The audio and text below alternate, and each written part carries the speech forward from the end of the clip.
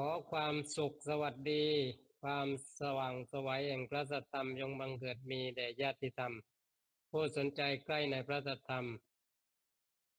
ที่องค์สมเด็จพระสัมมาสัมพุทธเจ้า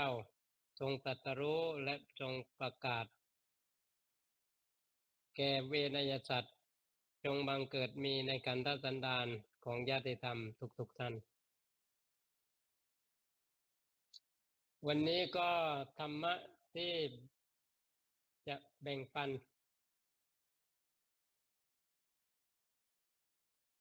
ตั้งหัวข้อว่าตนเป็นที่พึ่งของตนคำนี้เราได้ยินบ่อยก็คือให้พึ่งตนแล้วทีนี้พึ่งตนและตนไหนที่จะพึ่งตนเป็นที่พึ่งของตนมีตนสองตนอ่ามีใครไม่เคยได้ยินบ้างโดยมากก็น่าจะเคยได้ยินบ้างว่าตนเป็นที่พึ่งของตนแต่ว่าไม่ใช่แค่นี้นะมีต่ออีกว่าอ่าภาษาบาลีก็คืออัตตาหิอัตโนนาโถตนแลเป็นที่พึ่งของตนโกหินาโถปรโรสิยาก็บุคคลอื่นใครเล่าเป็นที่พึ่งได้อัตตาหิสุทันเตนะก็บุคคลมีตนฝึกฝนดีแล้วนาถังละปฏิทุลลพังก็ย่อมได้ที่พึ่งที่ได้โดยยากซึ่งเป็นหนึ่งคาถามี4 บาทก็คือ4 วรรคสี่สี่สี่4 บาทเป็น1 คาถาเพราะนั้นนี่ก็เป็นพุทธภาษิตถ้าใครเรียนธรรมศึกษาถ้าเป็นฆราวาสธรรมศึกษาชั้นเอกหรือนักธรรมชั้นเอกถ้าเป็นภิกษุสามเณรก็จะเจอเป็นสุภาษิตแรกเรียกว่าหมวดตนก็พูดถึงตนเราก็ได้ยินว่าไม่มีตนแล้วทำไมพระสัมมาสัมพุทธเจ้าจึงตรัสว่าให้มีตนเป็นที่พึ่งเออมันรู้สึกจะสับสนหรือว่าค้านกันเองประมาณนั้นแต่จริงๆไม่ใช่คำว่าตนในที่นี้ตนเป็นที่พึ่งของตนตนที่หนึ่งก็ธรรมะนั้นก็คือตนที่หนึ่งก็คือธรรมะเป็นที่พึ่งของตนและตนที่สองคืออะไรก็คือกายกับใจเพราะนั้นกายกับใจเป็นตนทีนี้การพูดอย่างนี้ก็ยังพูดโดยความเป็นสมมุติอยู่เพราะว่าโดยแท้ๆแล้วธรรมก็ไม่มีแล้วกายใจก็สมมุติก็ไม่มีอีกเพราะนั้นกายใจก็ไม่ใช่ตนธรรมก็ไม่ใช่ตนแต่ว่าสมมุติขึ้นมาเพื่อใช้ในการสื่อสารว่าตนเป็นที่พึ่งของตนก็เพื่อว่าคนที่รู้สึกว่ามีตนอยู่เนี่ยจะได้รู้ว่าจะหวังพึ่งใครได้เพราะว่าที่แท้ก็คือต้องมีตนเป็นที่พึ่งของตนเพราะนั้นเขาก็ต้องพยายามที่จะสร้างอะไรขึ้นมาเพื่อที่จะให้เป็นที่พึ่งก็โดยมากก็ที่สร้างก็คือสร้างธรรมะที่ไม่มีก็พยายามทำให้มีขึ้นที่ไม่เป็นก็ทำให้เป็นขึ้นเรียกว่าภาวนาเพราะนั้นตรงนี้คำว่าภาวนาจึงเกิดขึ้นไปไหนไปภาวนาหน่อยเออหรือเข้ากรรมฐานอะไรวิปัสสนาภาวนาหรือบางทีก็สติภาวนาหรือจะว่าสมถภาวนาวิปัสสนาภาวนาก็แล้วแต่คำว่าภาวนาเนี่ยก็คือ การทำให้มีขึ้นให้เป็นขึ้นซึ่งมีการทำตัวถ้าเคยเรียนบาลีก็มีการทำตัวภาวนามาจากภูธาตุภูธาตุก็คือธาตุดั้งเดิมก็เรียกว่าเป็นธาตุซึ่งธาตุที่มีเนี่ยก็คืออักษรทั้งหลายเนี่ยเป็นธาตุเช่นว่าภาวนามาจากภูธาตุในความมีในความเป็นแล้วก็พลึดเรียกว่าพลึดหรือแปลงก็ได้พลึดอุเป็นโอพลึดโอเป็นโอแล้วก็แปลงโอเป็นอวะจากภูก็กลายเป็นภวะแล้วก็รัสสะอะเป็นอาก็เป็นภาวะลงนะลงยุปัจจัย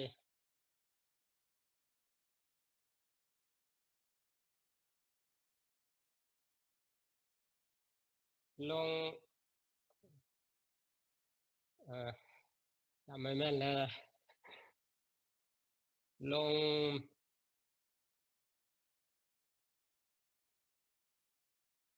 งยุปัจจัยแปลงยุเป็นอนะแล้วก็ลงอาก็เป็นภาวะนาถ้าผิดอย่างนี้ก็ขออภัยด้วยนะแต่ว่าคร่าวๆประมาณนี้เพราะนั้นคำว่าภาวนาเนี่ยก็มีการเป็นมาอย่างเนี้ยก็คือมาจากภูธาตุในความมีความเป็น เพราะนั้นถ้าเราได้ยินว่าภาวนาก็ไม่ใช่ว่าท่องบนไม่ใช่ว่าไปนั่งท่องบนในสำนักปฏิบัติหน่อยไม่ใช่คำว่าภาวนาก็คือไปทำให้มีไปทำให้เจริญขึ้นในส่วนไหนก็ส่วนสมถะก็ดีวิปัสสนาก็ดีประมาณนี้หรือไปเจริญสติภาวนาก็ได้มีโครงการก็โครงการ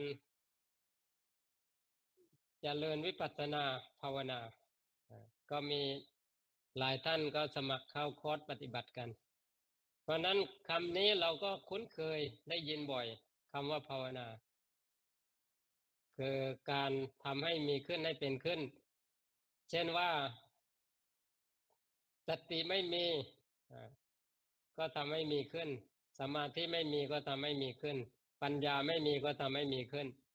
นี่เรียกว่าภาวนาเพราะนั้นภาวนาไม่ใช่ท่องบนไม่ใช่ภาวนาคือภาวนาพุทโธพุทโธไม่ใช่คำว่าพุทโธเนี่ยเป็นคำบริกรรมไม่ใช่ภาวนาเราต้องแยกออกว่าสัมมาอรหังก็เป็นคำบริกรรมพุทโธก็เป็นคำบริกรรมนามาปะทะก็เป็นคำบริกรรมพองหนอยุบหนอก็เป็นคำบริกรรมเพราะนั้นคำที่ใช้สมมุติขึ้นมาเนี่ยเป็นบริกรรมเพื่อล่ามจิตเพื่อล่ามจิตล่ามจิตแสดงว่าจิตนี้มันมันไม่อยู่นิ่งหรือมันดื้อหรือว่ามันเรียกว่า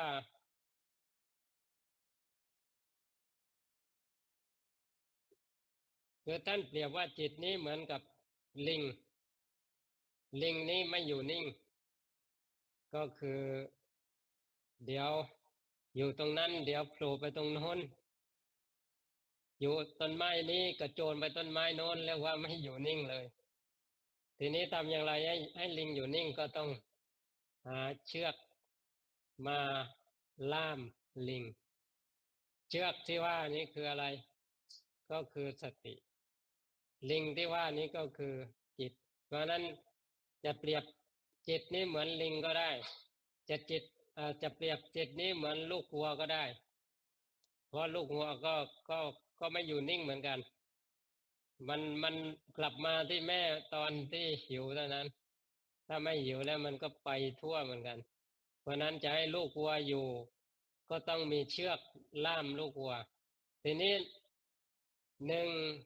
เชือกสองลูกวัว แล้วมีอะไรอีกทำให้ลูกวัวอยู่ก็ต้องมีหลัก เพราะนั้นหนึ่งมีหลักสองมีเชือกสามมีสิ่งที่เชือกนั้นไปผูกก็สรุปว่ามีอะไรมีจิตแล้วก็มีสติแล้วก็มีหลักก็คืออารมณ์ที่ทำให้จิตนั้นอยู่หรือทำให้ลิงกับหรือลูกวัวนี้อยู่เพราะว่าถ้าไม่มีหลักก็ไม่รู้จะผูกกับอะไรมีเชือกแล้วไม่มีหลักก็ลูกวัวก็เพ่นพ่านไปเหมือนเดิมลิงก็ไปทั่วเหมือนเดิมเพราะนั้นต้องมีหลักผูกไว้เพราะนั้นหลักก็คืออารมณ์และเชือกก็คือสติแล้วลิงหรือลูกวัวก็เปรียบเหมือนจิตคืออันนี้เปรียบเทียบให้ฟังว่าทำไมมีการภาวนาเพราะว่าเป็นเช่นนี้สติไม่มีก็ทำให้มีขึ้นสมาธิไม่มีก็ทำให้มีขึ้นปัญญาไม่มีก็ทำให้มีขึ้นซึ่งการเป็นไปอย่างนี้มันเหมือนว่าเป็นสิ่งที่ทุกคนต้องทำอย่างนี้ถ้าต้องการภาวนาเนี่ยต้องทำอย่างนี้เลยถ้าไม่ทำอย่างนี้ก็เรียกว่าไม่ได้ภาวนาซึ่งคำว่าภาวนาอีกความหมายหนึ่งก็คือไม่ใช่ทำให้มีขึ้นทำให้เป็นขึ้นก็เป็นการพัฒนาเช่นว่าจิตตภาวนาก็คือการทำจิตให้พัฒนาขึ้นมาหรือภาษาอีกภาษาหนึ่งเรียกว่าเจริญขึ้นทำจิตให้เจริญขึ้นเช่นจิตไม่รู้ก็ทำให้รู้จิตมีโมหะเข้าประกอบก็ทำให้จิตเรียกว่ารู้จักอะไรคือกิเลสอะไรคือฝ่ายธรรมะอะไรคือธรรมะอะไรเป็นอะไรอย่างเนี้ยเรียกว่าทำจิตให้เกิดปัญญาขึ้นมาแต่ว่าจะเกิดปัญญาไม่ได้ต้องมีสมาธิด้วยและสมาธิมีไม่ได้ถ้าไม่มีสติเรียกว่าพ่วงกันเป็นลูกโซ่เกี่ยวเนื่องกันเพราะนั้นสรุปว่าที่สำคัญก็คือต้องมีสติแล้วก็สมาธิแล้วก็ปัญญาถ้าว่ายมากกว่านั้นก็ต้องมีวิริยะด้วยถ้าไม่มีวิริยะสติก็เจริญไม่ได้หรือถ้าไม่มีความเพียรสติก็กระท่อนกระแท่นเรียกว่ามีบ้างขาดบ้างเรียกว่าปลุกโผล่ไม่ไม่มีความต่อเนื่องก็พึ่งพาไม่ได้เพราะนั้นต้องภาวนาด้วยกันมีความเพียรในการระลึกเรียกว่ามีความเพียรอย่างไรก็เพียรในการระลึกตรงนี้ก็คือสติแล้วก็มีความตั้งมั่นอยู่กับอารมณ์เป็นสมาธิแล้วก็รู้ความจริงก็เป็นปัญญาเกี่ยวเนื่องเกี่ยวพันกันทีนี้ก็แค่แค่นี้พอไหมก็มีอีกก็ธรรมะที่ต้องทำให้มีขึ้นให้เป็นขึ้นไม่ใช่แค่นี้ก็ต้องมีศรัทธาถ้าไม่มีศรัทธาที่ไหนเลยจะมาภาวนากันเพราะว่าภาวนาไม่เห็นได้เงินเลยไปทำงานนี่ได้เงินสามารถเลี้ยงครอบครัวได้ภาวนานี่ไม่ได้เพราะนั้นตัดยางฉันยังได้วันละ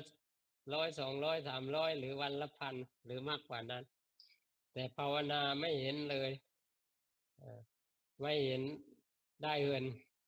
เพราะนั้นก็เลยความคิดของคนเราก็เลยต่างกัน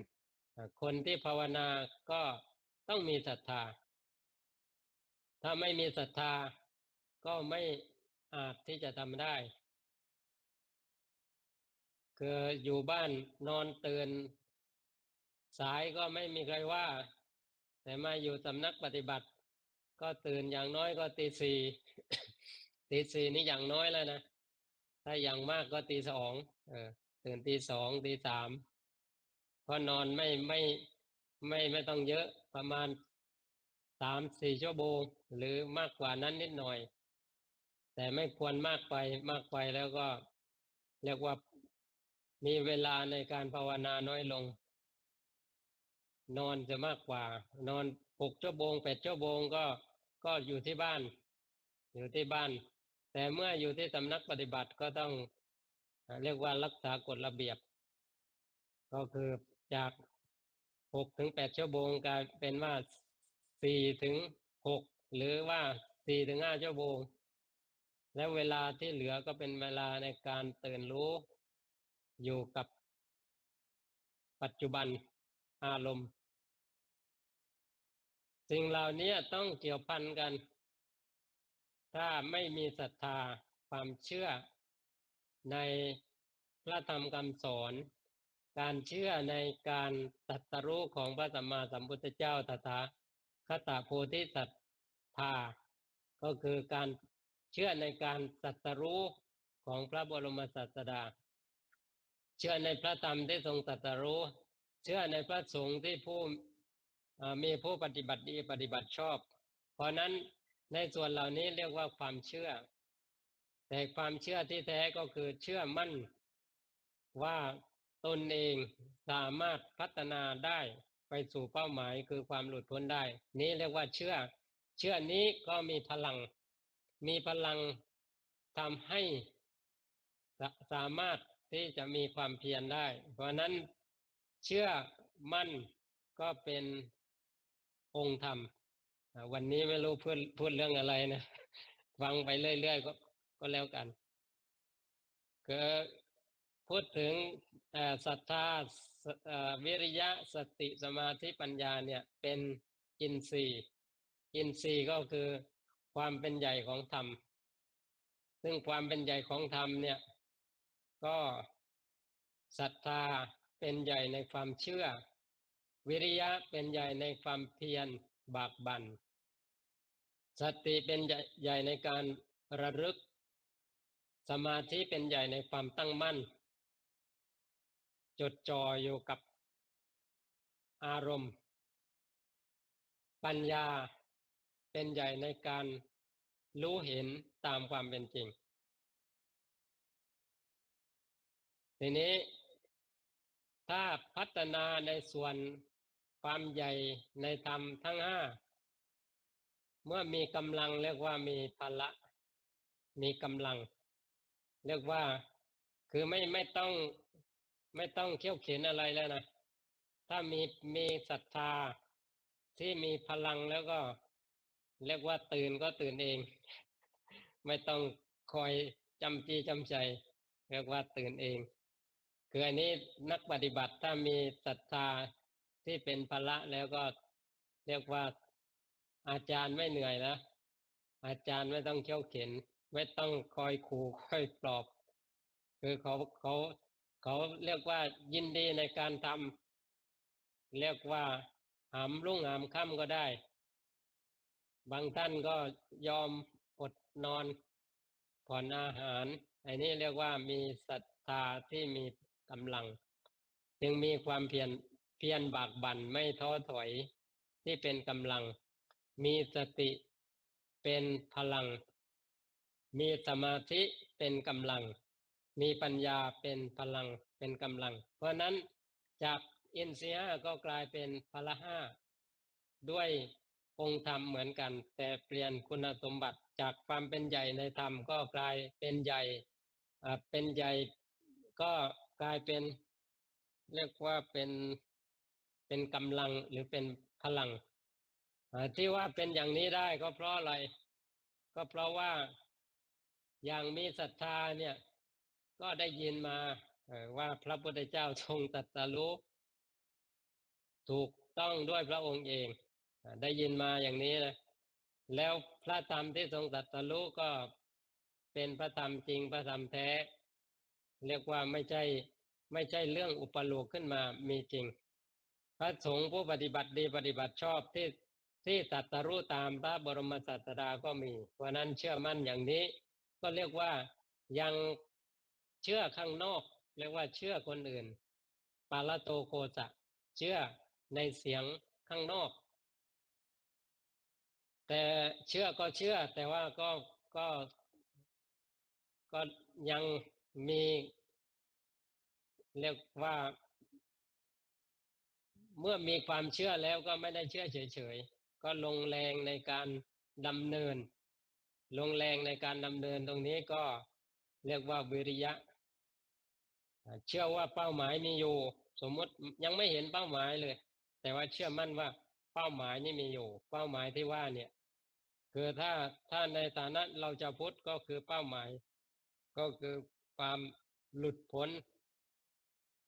หรือวิมุตติธรรมเป็นแก่นเป็นที่สุดก็คือวิมุตติธรรมเพราะนั้นเชื่อมั่นอย่างนี้ก็สามารถลงแรงในการดำเนินไปจะจะเรียกว่าลงทุนก็ได้ถ้าเชื่อมั่นแล้วก็กล้าลงทุนในการเป็นไปเพราะนั้นการลงแรงลงทุนตรงนี้เรียกว่าเพียรบากบั่นไม่มีความท้อถอยก็คือจะอย่างไรเสียก็เชื่อมั่นอยู่เพราะนั้นก็มีกำลังมีเรี่ยวแรงในการดำเนินไปทีนี้ด้วยการระลึกรู้การระลึกตามความเป็นจริงนั้นแล้วก็มีความตั้งมั่นแห่งจิตแล้วก็มีปัญญา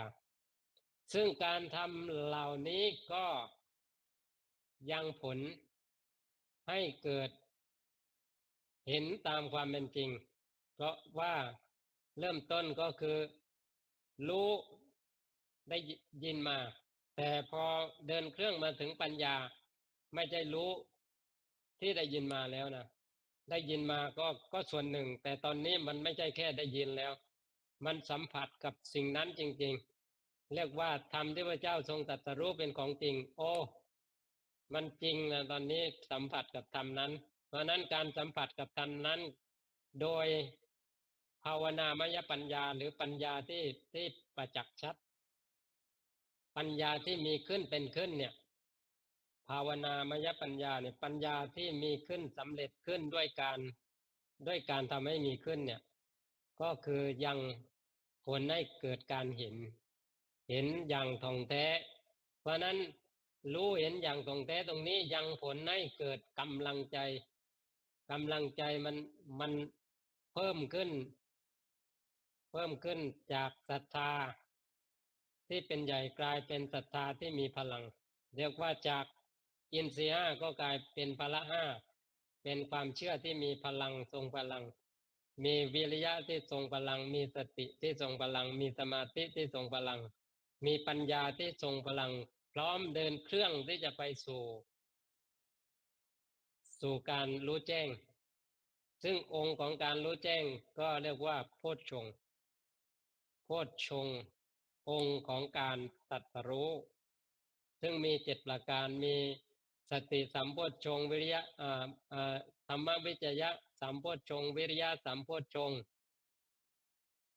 จนไปถึงอุเบกขาสัมโพชฌงค์ไม่ได้พูดเรื่องโพชฌงค์นะก็พูดเข้ามาประกอบเพราะนั้นการดำเนินอย่างนี้จากไม่มีขึ้นไม่มีทำก็ทำให้มีขึ้นทำให้เป็นขึ้นเรียกว่าภาวนาเพราะนั้นการภาวนาอย่างนี้ก็เรียกว่าก็สร้าง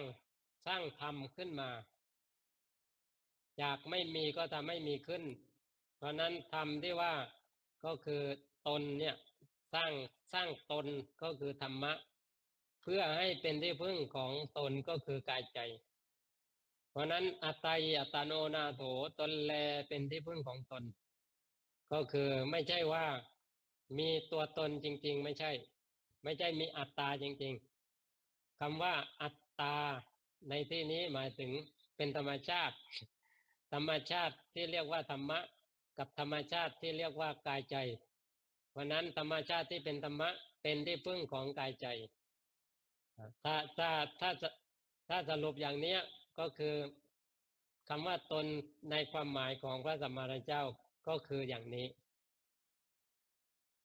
ทีนี้ โกหินาโถปโรชิยาซึ่งคนโดยมากก็พยายามหวังพึ่งคนอื่นแต่พระธรรมทเจ้าทรงสัตย์ให้ชัดว่าที่มีตนเป็นที่พึ่งของตนนั้นเพราะอะไรเพราะว่าคนอื่นจะเป็นที่พึ่งให้ไม่ได้โดยแท้ๆเนี่ยพระสัมมาสัมพุทธเจ้าก็ไม่ได้เป็นที่พึ่งที่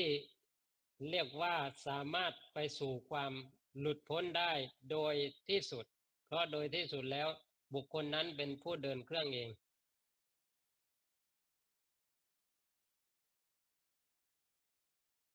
พระสัมมาสัมพุทธเจ้าเนี่ยเป็นเพียงผู้ชี้บอก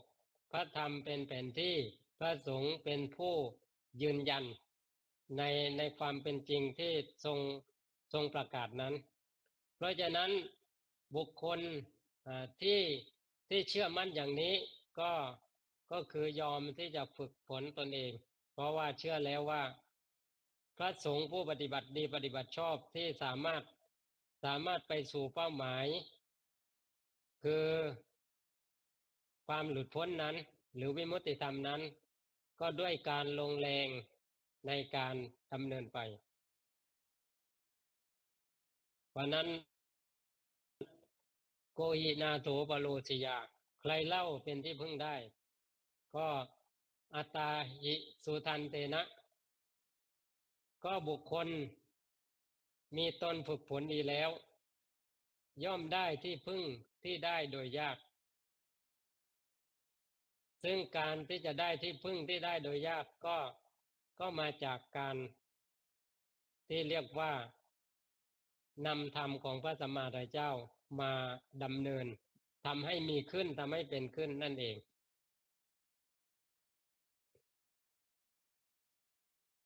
เพราะฉะนั้นในส่วนนี้ก็จะเห็นได้ว่ามีกระบวนการอย่างนี้กระบวนการก็คือไม่มีธรรมหรือไม่รู้ว่าอะไรเป็นอะไรก็ทำให้มีขึ้นให้เข้าใจขึ้นให้ชัดขึ้นเพราะนั้นในส่วนของการฟังธรรมก็เป็นการภาวนาที่เราฟังอยู่นี้ก็เป็นการภาวนาไม่ใช่ว่าไม่ภาวนาเพราะนั้นเพื่ออะไรเพื่อให้มีหลักหรือมีที่พึ่งมีหลักหรือมีที่พึ่งตรงนี้ก็จะรู้ได้ว่าสามารถรับประกันว่าคือถึงแม้ว่าจะยังไรเสียก็สามารถที่จะมีอะไรที่จะพึ่งพาได้อยู่เพราะนั้นการที่มีพระพุทธเจ้าเป็นสารณะก็คือที่พึ่งก็คือเบื้องต้นมีพระธรรมซึ่งเป็นสิ่งสูงสุดเมื่อบุคคลใดดำเนินตามพระธรรมย่อมคุ้มครองรักษาไม่ให้ตกไปสู่ในที่ชั่วหรือในที่เบื้องต่ำย่อมทำให้สูงขึ้นหรือเจริญยิ่งขึ้นพระสงฆ์เป็นแบบอย่างเป็นผู้พยานเป็นพยานเป็นสักขีพยานเพราะพระพุทธเจ้าทรงถ้าพูดโดยสมมุติก็คือไม่อยู่แล้วไม่อยู่ตรงนี้ก็คือรูปกายเราเราไปพบท่านไม่ได้ด้วยรูปกายแต่ว่าโดยเนื้อแท้แล้วพระพุทธเจ้ายังอยู่ไม่ได้หายไปไหนเพราะพระพุทธเจ้าองค์แท้นี้ไม่เคยหายไปไหนยังอยู่แล้วก็เป็นที่พึ่งได้เป็นที่พึ่งได้เพราะนั้นพระพุทธเจ้าที่เป็นองค์คนก็เพียงแค่เปิดปากสอนธรรมแต่ว่าโดยเนื้อแท้แล้วพระองค์ต้องการให้ไปเห็นพระพุทธเจ้าองค์แท้ซึ่งพระพุทธเจ้าองค์แท้ก็คือพระธรรมซึ่งพระธรรมที่ว่านี้ก็คือหลักธรรมความเป็นจริงซึ่งแท้จริงแล้วก็คือความเป็นเช่นนั้นพระสัมมาสัมพุทธเจ้าเป็นผู้ถึงซึ่งความเป็นเช่นนั้นก็คือตถาคตตถาคตคตะก็คือไปแล้วหรือถึงตถาก็คือเช่นนั้นเพราะฉะนั้นความเป็นเช่นนั้นนั่นแหละก็คือพระพุทธเจ้าพระพุทธเจ้าองค์แท้ก็คือความเป็นเช่นนั้น หรือจะเรียกว่าเป็นปฏิจจสมุปบาทก็ได้ปฏิจจสมุปบาทก็คือธรรมชาติที่อาศัยกันเกิดขึ้นพร้อมเพราะนั้นธรรมชาติที่อาศัยกันเกิดขึ้นพร้อมถ้าไม่มีสิ่งนี้เป็นปัจจัยสิ่งนี้ก็ไม่อาจเกิดขึ้นเป็นต้นเพราะนั้นในความเป็นจริงของพระพุทธเจ้าก็คือพระธรรมที่ว่านี้ก็คือหลักความเป็นจริงซึ่งหลักความเป็นจริงทุกคนสามารถที่จะเข้าถึงได้เพราะนั้นการเข้าถึงในธรรมอย่างนี้เรียกว่ามีตนก็คือมีพระพุทธเจ้าพระธรรมแล้วก็ผู้ปฏิบัติดีปฏิบัติชอบนั้นเป็นอันเดียวกันเรียกว่าพระพุทธพระธรรมพระสงฆ์ก็เป็นอันเดียวกันในหัวใจจึงสามารถพึ่งพาได้โดยแท้จะอยู่ที่นี่หรืออยู่ที่ไหนอยู่ที่ใกล้หรือที่ไกลอยู่ในวัดหรืออยู่นอกวัดอยู่ในประเทศไทยหรืออยู่เมืองนอกจะอยู่ที่ไหนถ้าบุคคลนั้นมีพระพุทธเจ้าพระธรรมพระสงฆ์องค์แท้ก็ชื่อว่ามีที่พึ่งเพราะนั้นที่พึ่งที่ว่าตนเป็นที่พึ่งก็คือรวมทั้งหมดก็คือพระรัตนตรัยเป็นที่พึ่งให้กับอะไรก็คือผลสุดท้ายก็คือใจไม่ใช่แค่กายเพราะว่ากายบางทีก็ต้องแตกสลายอยู่ดีแต่ว่าใจนี้ไม่เรียกว่าถ้าเหตุปัจจัยไม่หมดสิ้นก็ไปต่อเรียกว่าเกิดอีกไปต่ออีกเรียกว่าเวียนว่ายตายเกิดไปในสังสารวัฏท่องไปในสังสารวัฏไม่มีที่สุดไม่มีที่จบแต่เมื่อไรได้หลักธรรมที่แท้ก็คือพระพุทธเจ้าพระธรรมพระสงฆ์องค์แท้ที่ว่านี้ซึ่งเป็นเนื้อเดียวกันไม่ใช่แยกกันเนื้อเดียวกันเลยพระพุทธเจ้าพระธรรมพระสงฆ์เป็นอันเดียวกันซึ่งอยู่ตลอดมีอยู่ตลอดอยู่ตลอดหมายถึงว่าทุกคนก็สามารถเข้าถึงความจริงนี้ได้เพราะนั้นไม่ใช่มีบางช่วงบางคราวแต่มีอยู่อย่างนั้นจึงเป็นพระธรรมจริงพระธรรมแท้ซึ่งพระธรรมจริงพระธรรมแท้ก็สรุปไปที่อะไรก็วิมุตติธรรมเพราะนั้นวิมุตติธรรมก็เป็นตถาตาไม่ใช่ว่าไม่เป็นตถาตาเพราะนั้นตถาตาก็คือองค์พระพุทธแล้วความเป็นเช่นนั้นที่ว่าตถาตาก็เป็นพระธรรมแล้วผู้ที่เห็นความจริงซึ่งไม่ใช่พระสัมมาสัมพุทธเจ้าผู้นั้นเรียกว่าพระสงฆ์วันนั้นพระพุทธองค์แท้พระธรรมองค์จริงพระสงฆ์องค์แท้ไม่ใช่องค์เทียมก็คือไม่ใช่สมมุติแต่เป็นส่วนที่เรียกว่าเลยสมมุติจึงสามารถพึ่งพาได้จริงเพราะนั้นตนคำแรกก็คือที่สุดก็คือพระธรรมซึ่งรวมศูนย์ลงที่พระธรรมไม่ใช่ว่าพูดถึงพระธรรมไม่มีพระพุทธไม่มีพระสงฆ์พูดถึงพระธรรมก็คือพูดถึงพระพุทธพูดถึงพระธรรมก็คือพูดถึงพระสงฆ์เพราะนั้นองค์แท้ก็มีแก่นกลางก็คือพระธรรมเพราะนั้นธรรมนั้นก็คือตนเป็นที่พึ่งให้กับอะไรก็คือใจเพราะนั้นใจกับธรรมเป็นอันเดียวกันเรียกว่าอัตตาหิอัตโนนาโถตนแลเป็นที่พึ่งของตนการได้ที่พึ่งอย่างนี้เพราะมีการฝึกฝนตนที่สุดก็ย่อมได้ที่พึ่งที่ได้โดยยากเอวังก็มีด้วยประการฉนี้เดี๋ยวแต่มาขอออกก่อนนะมีพระท่านลงมาจากกรุงเทพโทรมาหลายยกแล้ว